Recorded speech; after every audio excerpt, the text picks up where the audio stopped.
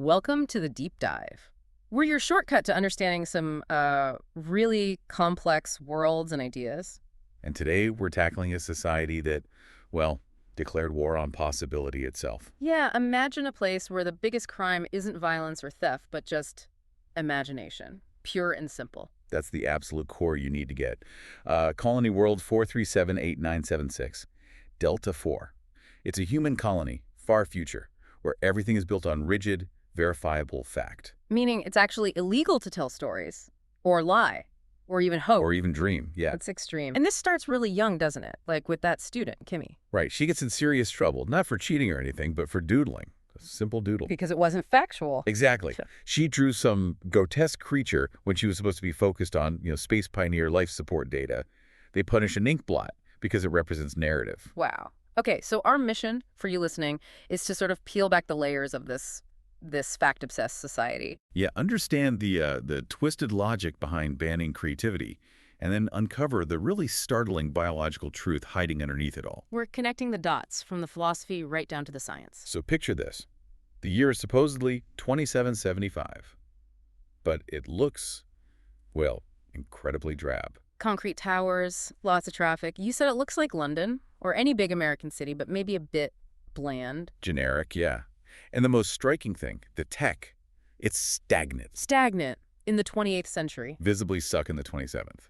I mean, they're a spacefaring civilization, but they seem to have lost the drive, the ability to innovate. And that's a huge clue right there, isn't it? It really is. If you ban imagination, you kill off the what if, and development just grinds to a halt. Makes sense. Innovation needs dreaming. But here, all you get is the mundane, the super detailed, boring fact. Let's unpack that. This mandate of mundanity. It's almost comical how dull they force life to be. It sounds incredibly oppressive. Totally. All 36 TV channels, just news or documentaries, and not even interesting ones. Right, like the news report about Mr.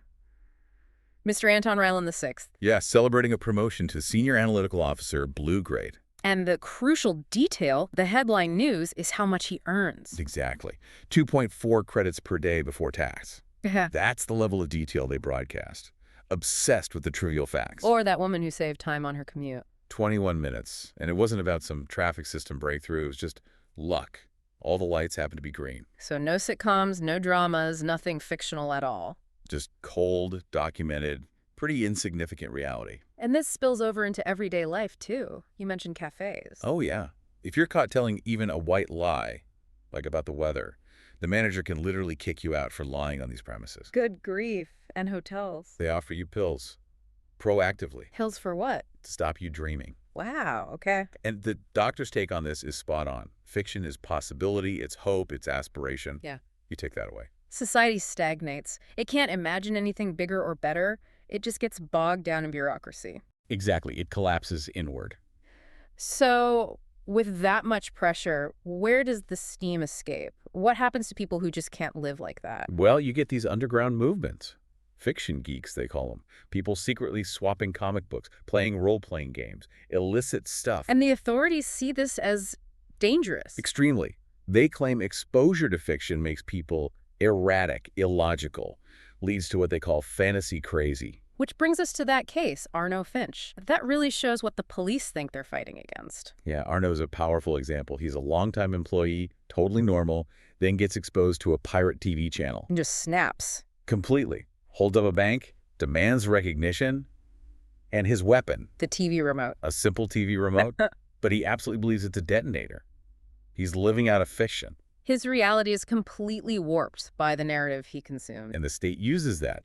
Oh, See? boy. They say, fiction is madness. We have to enforce the truth. Which introduces Inspector Waller. She's the embodiment of this crackdown, isn't she? Totally zealous. Her line sums it up. Tolerate a lie, doctor, any lie, and you open the way to madness. She truly believes it. And her belief justifies, well, the darker side of this. The big White House. The home for the cognitively disconnected. The asylum. It's the institutional response. And the treatments are pretty horrific. Sold as necessary protection, of course. The ultimate cure is basically a lobotomy. They burn out the part of the brain dealing with fiction, How? threading a burning wire up through the nose to cauterize the right hemisphere. Brutal. But in their logic, it's saving society. But then there's the twist with Waller herself. The enforcer. Right, the fascinating part, Inspector Waller. She was a patient there. As a teenager. You're kidding. No, under her birth name, Kimmi Waller. The same Kimmi who doodled. She spent 16 months inside. So the chief enforcer is a former inmate. Yeah, and she's deeply traumatized, still has these recurring nightmares. The monster at the foot of the bed. Exactly. So her crusade against fiction isn't just policy, it's deeply personal. She's fighting her own inner demons, the possibilities her own mind keeps throwing up. She's a victim of the very thing she's trying to stamp out. Wow. But the tragedy's bigger. The entire society has been fighting the wrong enemy all along. Because they focused on creativity, on fiction, instead of looking for something else. I think physical. Yeah. Which brings us to the big reveal. The scientific truth the doctor uncovers. This is the aha moment. Absolutely. The real threat isn't fiction. It's not philosophical at all. It's biological. Biological? How? Microorganisms. Yeah. Tiny things living in the planet's atmosphere. Germs, essentially. Yeah. A physical contagion they completely missed because their science was as stunted as their art. And these microorganisms, what do they do? They feed on neuroelectrochemical signals from the human brain. Specifically. Let me guess. The right hemisphere. Bingo. The side responsible for imagination, creativity, the subconscious, all the stuff they banned. Okay, so let's break that down. If the right brain is like a furnace, right? When you imagine things, tell stories. You're firing up that furnace, generating more energy, more signals. And the microorganisms are drawn to that energy. Not the story itself, but the brain activity. Exactly. The more intense the imagination, the bigger the signal, the more attractive it is to these organisms. It's like ringing the dinner bell. So when people indulge in fiction, they're basically inadvertently triggering a biological attack. Yes. Which causes neurological breakdown. That's why fiction makes people fantasy crazy on this world. It's a physical illness triggered by imaginative thought. My God. So the laws, the asylum, the lobotomies, it was all a massive, misguided attempt to stop a disease they didn't understand. A drastic, ignorant defense mechanism. They were treating the symptom, the madness, because they couldn't see the microscopic cause. And the medical treatments they did use, they kind of prove it, don't they? They really do. Remember when the nurse, Cal Tycho, gives Arno Finch that injection to stop his fantasy? What happened? It shuts down his right hemisphere. And the immediate physical effect, temporary paralysis on the left side of his body. Whoa. Clear neurological targeting? Even though they didn't know why, they knew where the problem was located in the brain. It's incredible. A whole civilization built on verifiable fact misses the biggest fact of all, a germ in the air. Because you need imagination, even for science, to form hypotheses, to think outside the box. Their science couldn't conceive of a non-narrative cause for irrationality. They defaulted to blaming fiction itself. It's a self-fulfilling prophecy. Their cure prevented them from finding the real cure. Precisely.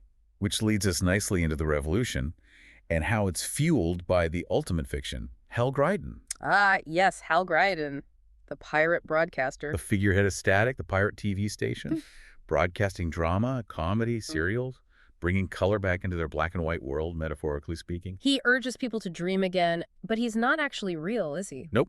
An urban legend, maybe an actor, maybe just a symbol, but people believe in him. He's the narrative they need. And this catches Captain Jack Harkness's attention. Right. Jack figures the best way to find the resistance is to become, well, irresistible bait. How does he do that? By being deliberately fictional in public. He tells these wild, impossible stories, time capsules, armored walking sharks. Just making stuff up. Totally non-regulation behavior. Yeah. He knows the truth. Police will zero in on him, and that will lead him to the underground. It's clever. But the doctor's plan, that's the real game changer. Using fiction to deliver fact. It's the core of the whole thing. He finds an old government server. With the codes for the emergency broadcast system. The Global Emergency Distress Channel, meant for only the most critical, factual alerts. And he hijacks it, takes over all 36 channels. Broadcasting from the asylum, using the reinforced building itself as a massive antenna, maximum reach. Okay, but here's the key analytical point. He doesn't broadcast as himself. He broadcasts as... Hal Gryden, the fictional hero. Why? Why not just deliver the facts as the doctor? Because the society was too far gone, too cynical. After generations of being told fiction is poison, the factual truth about microorganisms delivered by some unknown off-worlder. They'd dismiss it as just more fantasy crazy talk. Exactly. But delivered by Hal Gryden, the voice of forbidden possibility they already trusted. It becomes believable. The lie makes the truth palatable. It's the only way to cut through the conditioning. The narrative frame validates the factual content for them. And the climax for Inspector Waller, that's just devastating for her worldview. Oh, completely. She's watching the broadcast, tries to contact her superior, Steele, who turns out is just a voice in her comm unit, likely part of the control system. And she does this live on camera. Yes, in front of everyone. And in that instant, she realizes her whole reality, her chain of command, her system of fact, it's all been a lie. It just shatters publicly. So the truth comes out. What happens then? Things change fast. The doctor's speech as Gryden calms the riots that had started. Tycho, the nurse, confesses about the microorganisms. And they develop a real cure. Yeah, a serum. Makes the brain fluid, basically. Unappetizing to the organisms. Mental health gets restored because the biological trigger is gone. It's fascinating how the colony's names track its history. Isn't it? It started as Aneros Greek for dream, so carriers of dreams. The pioneers had hope. Then it became Discovery, Journey's End. More functional. And finally, historians dug up the original bureaucratic designation, Arcanus Major. From dreams to dull administration. Sums it up. But even after the cure, after the laws change, fiction doesn't just vanish. It gets legitimized. They start having political campaigns based on dreams and a TV show about Hal Graydon. Yeah. The idea retains its power even when they know it's not literally real anymore in the dangerous sense. So they're cured. They can imagine safely. Dominic, the young writer character, he can finally sleep soundly. He goes to sleep happy, ready for this new world of possibility. Oh. He still dreams of monsters at the foot of the bed. And that's the final kicker, isn't it? It's perfect. Even in a healthy, cured society, fiction still needs that element of fear of the unknown, of the monster. Because a story without conflict, without stakes, without even imaginary monsters, it isn't much of a story. Right. The threat might be gone from the air, but the narrative need for darkness, for challenge, that endures. It's part of how we process things. They can process fear safely now through stories instead of having it literally infect them. It shows fiction isn't just escapism. It's a fundamental tool. What a thought to end on. The very thing they banned imagination was the only thing that could have led them to the scientific truth they needed. The ultimate irony. You need the lie, the possibility, the what if, to even conceive of the cure, to understand reality itself. You have to imagine the unknown to grasp the known. Deep stuff. It really is. Well, that's all we have time for on this deep dive. Thanks for joining us. Now maybe go find a good story. Let that right hemisphere work a little.